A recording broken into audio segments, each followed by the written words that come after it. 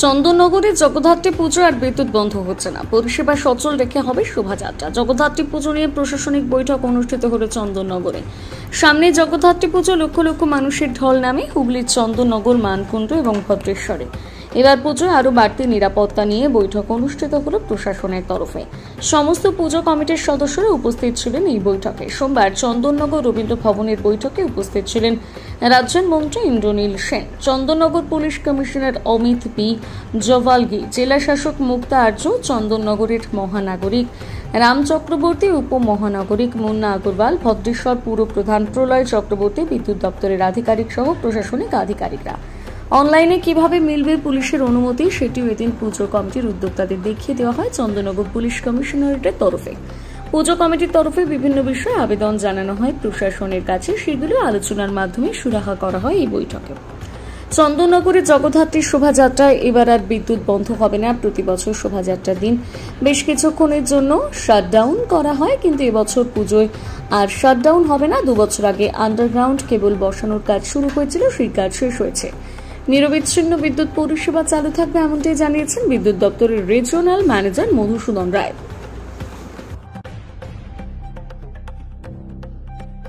আশা করি আপনারা সকলেই যারা আছেন তাকে নোট করিয়েছেন।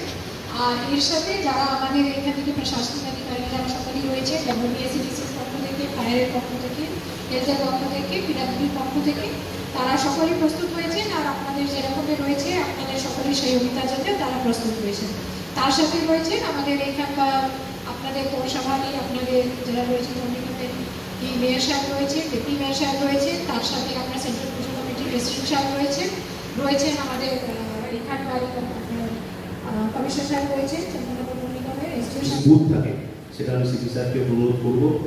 আর এটা আমি আরেকটা বিষয়, যে আমাদের রানীঘাটে পর্যাপ্ত ব্যবস্থা থাকে, শিববাটি ঘাটে আমার তো প্রচুর ঠাকুর বিসর্জন হয়, ওখানে যদি ওই 2 দিনের বিসর্জনে 1 তারিখ এবং 2 তারিখ হাইড্রা আর কোচের যেগুলো বলে সেগুলো যদি ব্যবস্থা রাখা যায় তা খুব ভালো হয়। আর ডব্লিউবিএসিডিসিএল তো যথেষ্ট কাজ করেছে, মন্ত্রী সাহেবের নির্দেশে রাজ্য সরকারের তৎপরতায় আমাদের সব আন্ডারগ্রাউন্ড হয়ে গেছে এবং আশা করব এবছর আমাদের আর পাওয়ার কাট হবে না। আমি সেন্ট্রাল কমিটি সকল বারোয়ারির পক্ষ থেকে মাননীয় বিধায়ক তথা মন্ত্রীকে ধন্যবাদ জানাচ্ছি ব্যাপারটা নিয়ে। আচ্ছা, আরেকটা বিষয়, যেখানে ওই কাঁচা বাজার বসে, লক্ষ্মীগঞ্জ বাজার, স্বপ্না বাজার, ওখান থেকে যখন ঠাকুর সকালে বিসর্জনে আসে ঘাটেতে, ওটা একটু সমস্যা হয়। তুই কাঁচা বাজারগুলো একটু যদি ব্যবস্থা করা যায় আমি অনুরোধ করব। আর ডব্লিউবিএসিডিসিএল বারবার অনুরোধ করছি, হোয়াটসঅ্যাপ গ্রুপে লিখছেন যে ইলেকট্রিকের যে বক্সগুলো সেইগুলোতে আমরা বোধহয় ভালো লাগলো, কারণ যারা এখানে এসছেন তাদের মধ্যে অনেকেই আপনাদের কিছু মূল্যবান অবজারভেশন পরামর্শ আমাদের দিতে পেরেছেন এবং অ্যাকর্ডিংলি আমরা সেটা করার চেষ্টা করব। কিছু ইতিমধ্যেই করে ফেলেছি ইউটিউব চ্যানেলে এবং আশা করি ঠিক যেভাবে বিগত কয়েকটা বছর এটা আমাদের ডিএম রয়েছে, আমাদের সিপি রয়েছে, লাইন ডিপার্টমেন্টে যারা রয়েছে প্রত্যেক অফিসার এবং এসপি থেকে আইসি থেকে এন্টায়ার প্রশাসন যেভাবে আপনাদের পাশে থেকে কাজ করছে, এবছর তার ব্যতিক্রম হবে না। কিন্তু যার নাম একবারও এখনো যে কোনো কারণে উচ্চারিত হয়ে ওঠেনি, তার নাম না বললেই মিটিংটা অসম্পূর্ণ থেকে যায়। তিনি হলেন আমাদের মাননীয় মুখ্যমন্ত্রী মমতা বন্দ্যোপাধ্যায়। ওনার নেতৃত্বে এটা পলিটিক্যাল প্ল্যাটফর্ম নয়। কথা আমরা এবার আমাদের কেন্দ্রীয় জগদ্ধাত্রী পুজো কমিটির সাধারণ সম্পাদক শুভজিৎবাবু ডিটেলস বলেছেন, পয়েন্ট ধরে ধরে বলেছেন এবং তারপরে প্রশ্নোত্তর পর্বে আপনারা যেগুলো বলেছেন আমাদের মাননীয় মন্ত্রী মহোদয় আমার পাশেই বসেছিলেন এবং সঙ্গে সঙ্গেই কিন্তু তার ইন্টারাকশন করে সমাধানের রাস্তাও একটা তৈরি করে দিয়েছে এবং যেগুলো আমরা সঙ্গে সঙ্গে সমাধান করতে পারিনি সেগুলো বলেছি আমরা 2-1 দিনের মধ্যে আমরা অবজারভেশনের মাধ্যমে সেগুলো শীঘ্রই আমরা চেষ্টা করব। সবটাই হয়েছে একটা পজিটিভ দিক থেকে, আছে সুবিধা অসুবিধা কিছু কিছু ক্ষেত্রে রয়েছে, যেমন একটা পুজো কমিটি বললেন যে light insufficient of light at the time of immersion, সেটাও কিন্তু দেখুন আমাদের অলরেডি আমাদের মিটিংয়ে আমরা কর্পোরেশনে যখন আমরা বসেছিলাম আমি কমিশনারকে নিয়ে এবং আমাদের এসএই ইলেকট্রিক্যাল যিনি ছিলেন তাকে এটা একটা প্রায় নির্দেশই দেওয়া হয়ে গেছে যে অপোজিট মোশন থেকে কিছু লাইট জ্বালানোর ব্যবস্থা করবো, কারণ আমরা প্রতি বছর ওখানে যাই, দেখি মানে মার্শালের সময়। ইলেকট্রিক ফায়ার সব থেকে বড় ইস্যু আমরা দুটাই জিনিস ফেস করি, মানে চ্যালেঞ্জ হিসাবে আমরা দেখি। একটা হচ্ছে স্ট্যাম্পিড, সেকেন্ড হচ্ছে ইলেকট্রিক ফায়ার। গতবার আমি কিছু পুজো সে করতে গিয়েছিলাম, ইন্সপেকশন করতে গিয়েছিলাম।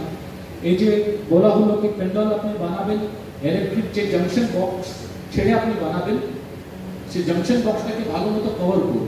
আর যেখানে লোক যাতায়াত করে ওখানে কিন্তু ওয়্যারগুলো ওপেন বা কোনো জয়েন্ট না থাকে এটা দেখে নেবেন।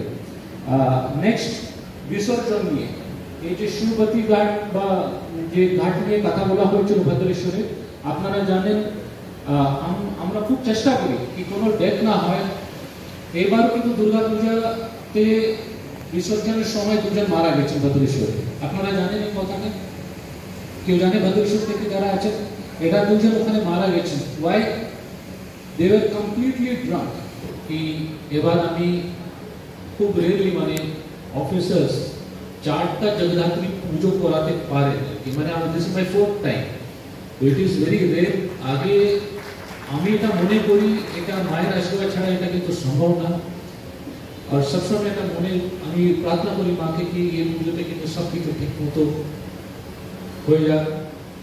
আমি সকল থেকে ভালো কোঅপারেশন পাই।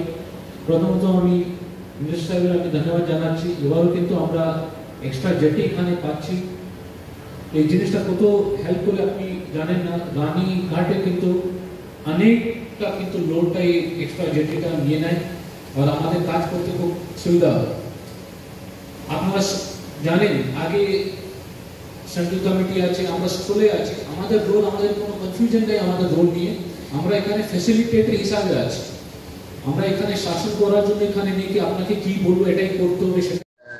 যেদিনকে বিসর্জন হয় বা শোভাযাত্রা যেদিনকে বেরোয় সেদিনকে দেখা যেত যে বেশ কিছুটা সময় বিদ্যুৎ পরিষেবা ব্যাহত থাকতো বা তার জন্য জল পাওয়া যেত না, এরকম একটা সমস্যা ছিল। সেইটা এবারে আর থাকছে না, কি হচ্ছে?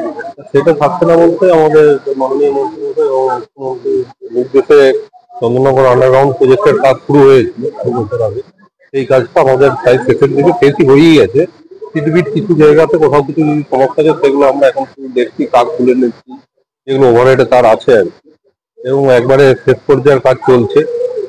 এই জন্য দশমীর দিন যেটা নিয়ে হতো যে সেফটির ঠাকুর বার করার সময় যাতে কোনো দুর্ঘটনা না ঘটে, যেহেতু উপরে লাইন চালু থাকতো সেই জন্য লাইন বন্ধ করে রাখা হতো।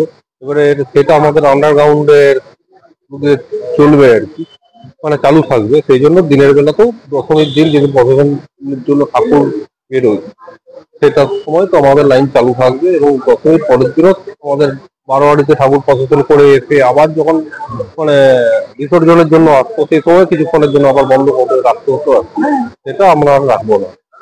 এবারে মানে সবসময় পাওয়ার থাকবে, সবসময় পাওয়ার থাকবে।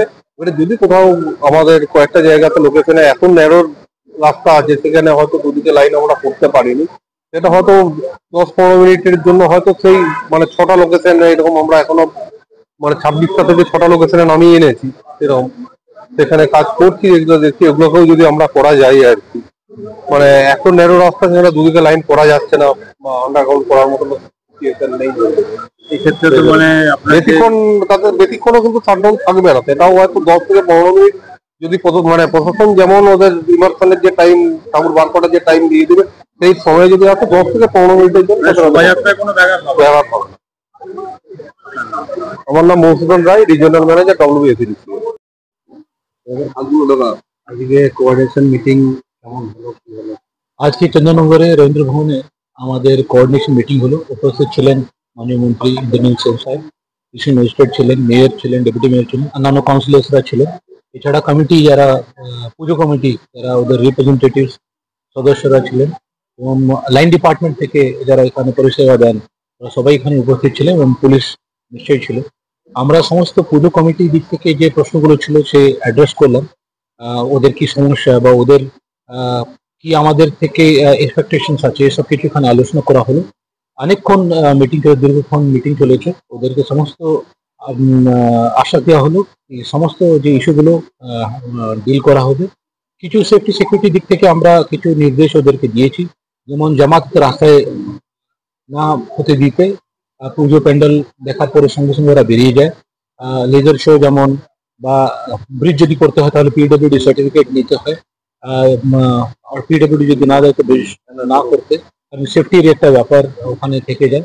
এছাড়া আমরা যে ছোটখাটো যে চন্দননগর বাসীদের জন্য কিভাবে আমরা ওদের অসুবিধাটা কম করিয়ে এই পুজোটা ভালোভাবে করা যায়, খুব সুন্দরভাবে আলোচনা হয়েছে। এরপরে আমরা কাজে নামবো। রাস্তাঘাট সব জায়গাতে রিপেয়ার হচ্ছে, বিভিন্ন জায়গাতে সিসিটিভি লাগানো হচ্ছে। পুজো প্যান্ডেল আমরা ভিজিট করব, যে এন্ট্রি এক্সিট ইলেকট্রিক জিনিসটা ফায়ার গাড়িগুলো যেতে পারে কিনা, এসব কিছু বিভিন্ন জায়গা থেকে আমরা সব দিক থেকে আলোচনা করা হবে। পুজোর দিনগুলোতে তো খুব বেশি ভিড় হয় চন্দননগরে, তারপরে বিসর্জনের শোভাযাত্রা একটা বড় জমায়েত থাকে, সেই সময়ের যে নিরাপত্তার বিষয়টা দেখুন, এখানে প্রায় 8 কিলোমিটার একটা সার্কামফারেন্স এখানে সমস্ত পুজোগুলো হয়। এই ছোট জায়গাতে প্রায় রোজ 5 থেকে 10 লক্ষ লোক এখানে পুজো দেখতে আসেন। তার থেকে বেশি কার্নিভালের দিনে এখানে পুজো দেখতে প্রচুর মানুষ এখানে জড়ো হন। শুধু এখানে না, নদী হুগলি ওপার থেকে অনেক লোক আসে, ট্রেন ধরে লোকজন এখানে আসেন। আমরা এই নিরাপত্তা ঠিক করার জন্য সব জায়গাতে আলোর ব্যবস্থা করার জন্য এটা করা হয়েছে। প্রত্যেক জায়গাতে ইম্পর্টেন্ট জায়গাতে আমাদের কিয়সগুলো থাকছে এবং বাড়তি ফোর্স মোতায়েন করা থাকবে। ওখানে সঙ্গে সঙ্গে ওখানে সমস্যা হলে সে পুলিশটা অ্যাটেন্ড করতে পারে। সিনিয়র অফিসার ডিপ্লয়মেন্ট হবে, অনেকজন আইপিএস অফিসার্স, এসিপি র্যাঙ্কের অফিসার, ডিসিপি র্যাঙ্কের অফিসার্সরা এখানে এসে ডিউটি করবেন। এছাড়া আমাদের ভলেন্টিয়ার্স, এক্সট্রা ভলেন্টিয়ার্স আমরা টেম্পোরারি হোমগার্ড হিসাবে আমরা পাই, ওদেরকে ডিপ্লয় করা হবে। ট্রাফিক দিক থেকে বিশেষ নজর আমাদের থাকবে। মহিলা নিরাপত্তা এবং কোনো ক্রাইম না ঘটে সেজন্য একটা আমাদের বিশেষ মহিলা দল বা মহিলা পুলিশ কর্মীদের দল এখানে কিন্তু আমরা মোতায়েন করব। এছাড়া আমাদের যে ট্রাফিক এবং গোয়েন্দা দপ্তর থেকে লোকজন থাকবে, কোনো এখানে পুজোর সময় কোনো অসুবিধা না হয়। সিসিটিভি ক্যামেরা প্রত্যেক পুজো কমিটি থেকে সিসিটিভি ক্যামেরা লাগানো হয়। আমরাও এখানে বেশি ক্যামেরা, ড্রোন ব্যবহার আমরা করি, ড্রোনের ব্যবস্থা এখানে রাখা হচ্ছে। এবং এছাড়া আমাদের রেলওয়ে স্টেশন ওখানে কিন্তু একটা বাড়তি ফোর্সের ডিপ্লয়মেন্ট থাকবে।